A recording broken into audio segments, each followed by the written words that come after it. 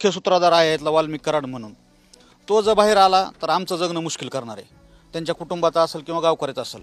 मग त्यांच्या हातून संतोष देशमुख सारखा हाल होऊन मरण्यापेक्षा आम्हीच 14 तारखेला सगळे गावकरी एकदाच स्वतःच्या अंगावर राखेल पेट्रोल ओतून आम्ही जाळून घेऊन, म्हणजे शासनाला बी ताण घ्यायची गरज पडणार नाही, कारण शासन ह्याच्यामध्ये कुणाला तरी पाठीमाग घालायला लागले।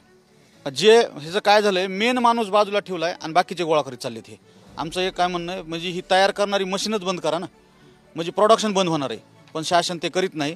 त्या अनुषंगाने आम्ही शासनाकडे काही मागण्या केल्या होत्या। त्यात आमची पहिली मागणी, वाल्मिक कराड यांच्यावर 302 अंतर्गत गुन्हा नोंद करून त्यांना मोका लावावा, आरोपी कृष्ण आंधळ्याला तात्काळ अटक करावी, शासकीय वकील म्हणून उज्ज्वल निकम किंवा सतीश माने शिंदे यांची तात्काळ नियुक्ती करावी, SIT मध्ये जे नवीन अधिकारी घेतो म्हणले मुख्यमंत्री साहेब आमच्या कुटुंबियांना, त्यांची तात्काळ ऑर्डर काढण्यात, पंकज कुमावत आणि बाकीचे काही लोक सांगितले तर त्यांची सदरील प्रकरणाचा तपास कुठपर्यंत आलाय कमीत कमी त्यांच्या कुटुंबांना तो सांगण्यात यावा। पोलीस निरीक्षक प्रशांत महाजन यांचा तात्काळ बडतर्फ करून त्यांना सहआरोपी करावे आणि जे आरोपी ह्यांना मदत करायला तर त्यांना सुद्धा यात सहआरोपी करून ही करावं। या मागणी जर त्यांनी उद्या संध्याकाळपर्यंत जर ह्या गोष्टी नाही केल्या आणि परवा दिवशी जर समजा एखाद्याची जर काही अनुचित घटना घडली तर याला पूर्णपणे शासन जबाबदार असेल। कारण संतोष देशमुख यांच्या हत्या प्रकरणाला 1 महिना झाला, मात्र या प्रकरणातील एक आरोपी अद्यापही फरार आहे।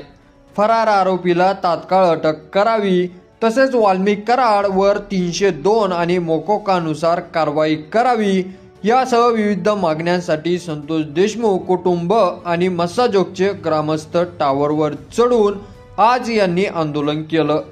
कारण म्हणजे ग्रामस्थांचं व संतोष देशमुख यांचं घरच्यांचं म्हणणं आहे की हा वाल्मिक कराड जर सुटला तर हा आमचे हाल करीन, त्यामुळे आज आम्ही सर्वजण पेट्रोल टाकून पेटून घेतो, एवढे बेकार हाल मरण्यापेक्षा स्वतः जाळून घेणं चांगलं आहे, असं ग्रामस्थ आणि संतोष देशमुख यांच्या भावांनी त्यांच्या भावना व्यक्त केलेल्या आहेत।